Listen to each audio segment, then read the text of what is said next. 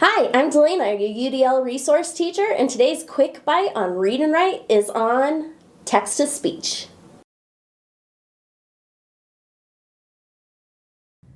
When working with text-to-speech, you want to make sure that your Read and Write toolbar is visible.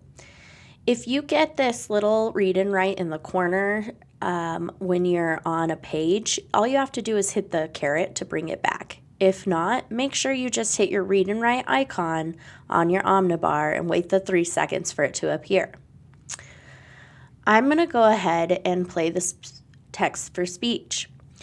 What I want to do to assure that it's not going to skip anything is I'm going to highlight the first sentence where I want the reader to start reading from.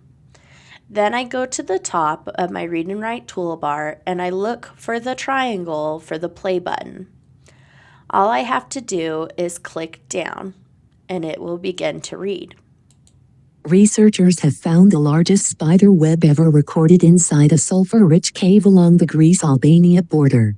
The spider megacity covers an astounding 1,140 square.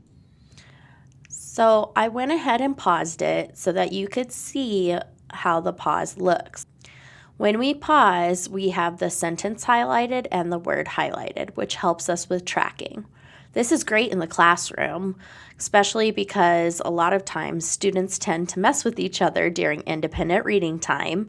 We also distract students during independent reading time, asking about if they've turned in this assignment or where this assignment might be. So it's nice to be able to pause it. For students with reading difficulties, many times if they are stopped in the middle of a reading, they will go back to the top and start over again. I really love that we have the pause option. If you are truly done reading, you could go next to the pause option and just hit stop and the highlighting will disappear. You may have noticed that this reader sounds very robotic. I'll let it play one more time for you. This is about the size of a small apartment. Many students across our district are not in love with the robotic reader, which is totally fair. What I think would be helpful is if they were to go to settings and use the really nice AI voices built into Read and Write. I'm going to show you how to do that now. To go to settings, we're going to the top right-hand corner where the 3 dots are. If I click on the 3 dots, the first option when on the drop-down is settings. I'm going to click on that, and here I have my settings toolbar. I'm going to go down to speech, and under speech, it gives me my voices. If I click down on the name of the voices, I get a menu of options. All voices will include everything. The computer pre-built-in voices to your device, which are the robotic ones, the nice AI voices built into Read and Write, and any translation voices that are available. I'm going to go ahead and click on AI Enhanced. In here, you're going to see there are several different voices that have different accents. If you're looking at being culturally relevant in your classroom, this is a great opportunity to bring that in.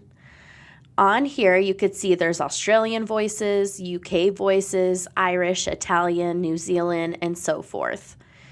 If I'm bringing in cultural relevance, I could just pick a voice that matches my student's cultural background. So on here, I'm going to play a couple so you have an idea of what they sound like.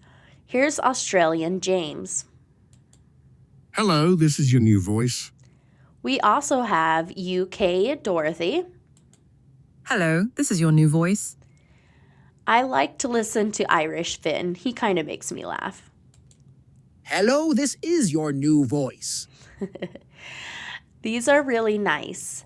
If you scroll down, you'll find the US voices. Some of them have the option for a young voice. Like, for example, here's young female Gigi. Hello, this is your new voice.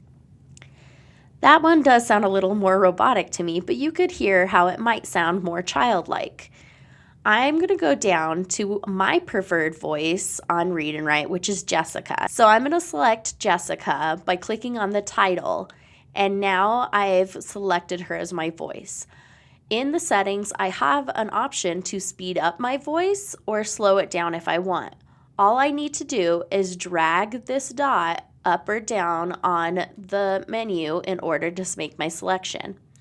I actually think the medium is pretty good for me, so I'm going to go ahead and keep that selection. All of this leads to universal design for learning.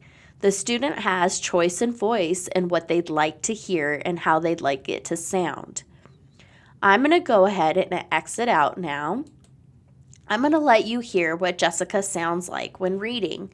So again, I highlight the first sentence that I'd like it to read from, and then I go to the top and hit the play button.